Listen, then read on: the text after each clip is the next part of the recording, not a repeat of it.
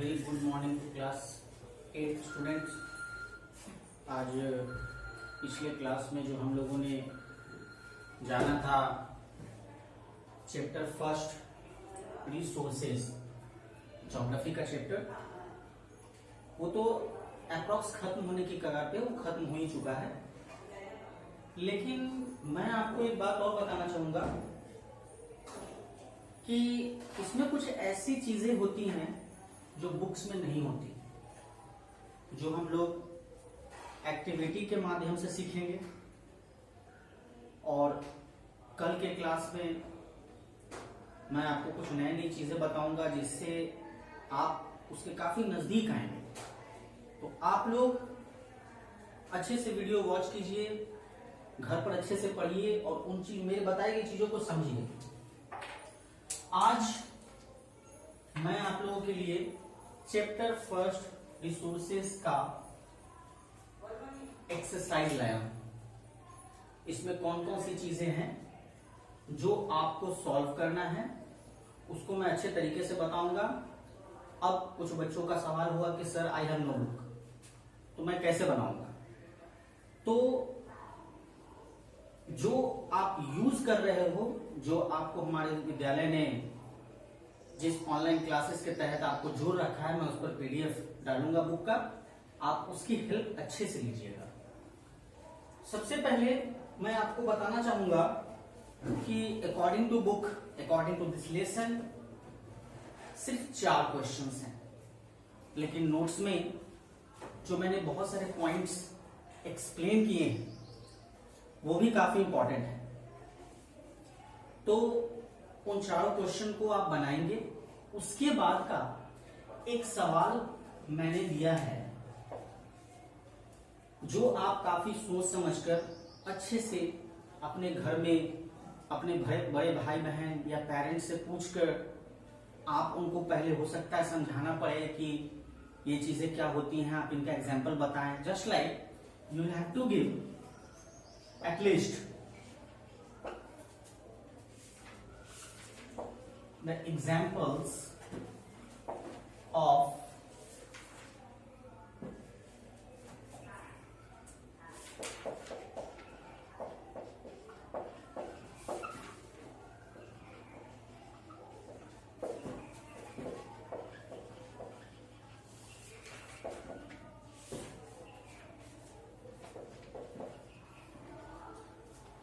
इस तरह से आपको ये प्रश्न दिया हुआ होगा जिसमें आपको कम से कम इससे रिलेटेड 5 एग्जाम्पल आपको देने हैं। समझ में आ रही सबको बात? यानी आपको ये बताना है कि नॉन रिन्यूएबल नेचुरल रिसोर्सेज कौन से ऐसे 5 मटेरियल्स हो सकते हैं या कुछ चीजें हो सकती हैं, आप उनके नाम लिखेंगे। उसी तरह से रिन्यूएबल में और अदर आप इसको बनाएंगे, अच्छे तरीके से बनाएंगे। ये भी क्वेश्चन मैं आपको पीडीएफ के रूप में अलॉट कराऊंगा। अब हम लोग आते हैं दूसरे पॉइंट पर, जो काफी इंपॉर्टेंट चीज है।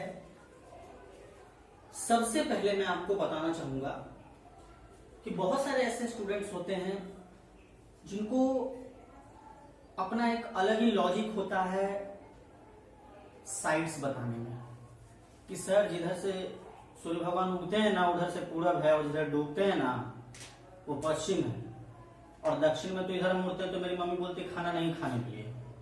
तो उससे आसान होता है दिशा बताना। लेकिन कॉपी पर बनाना कुछ अलग होता है।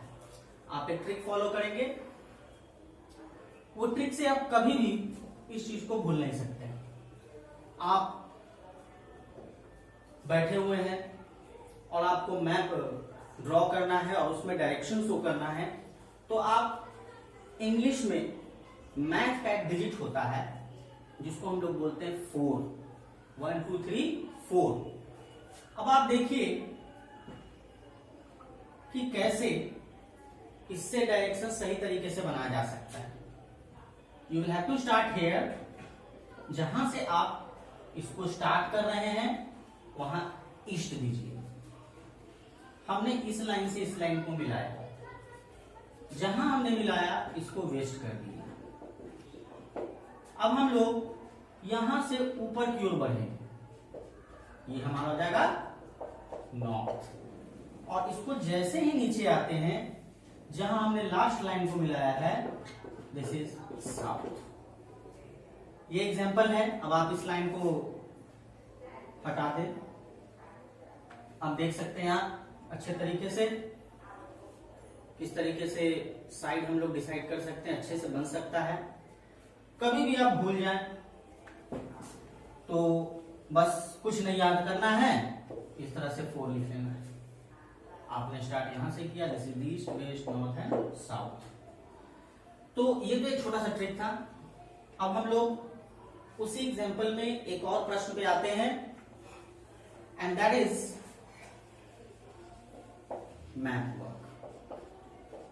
आप लोगों को मैं एक बात याद दिलाना चाहूंगा, इसको आप काफी अच्छे से दिमाग में रखेंगे कि जो भी चीजें आपको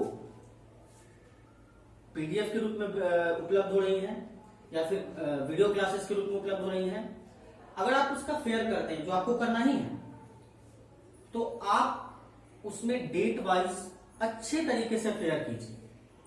जब ये क्लासेस ओपन होंगी, स्कूल नियमित होगा, हर एक बच्चे की कॉपी जांच की जाएगी, और जिसमें इनरेगुलरिटी दिखेगी उसका कोई बहाना नहीं चलेगा, बिकॉज अभी तो आप घर में हैं, पढ़ाई के अलावा आपके पास कोई काम है नहीं।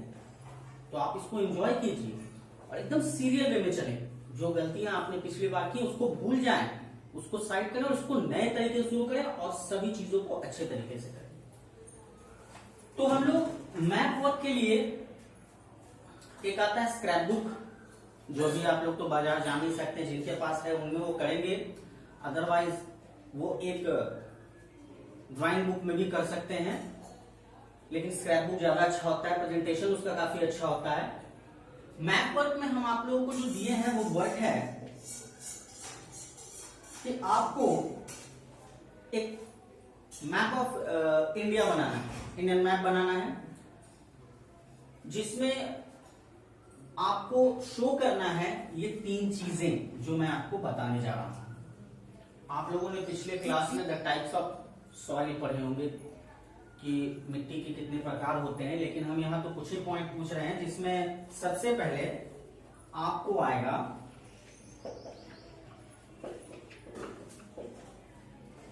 Regions covered under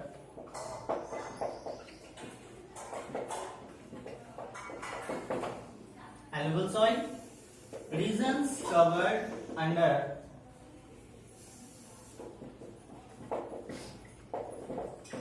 laterite soil, and regions covered under black soil.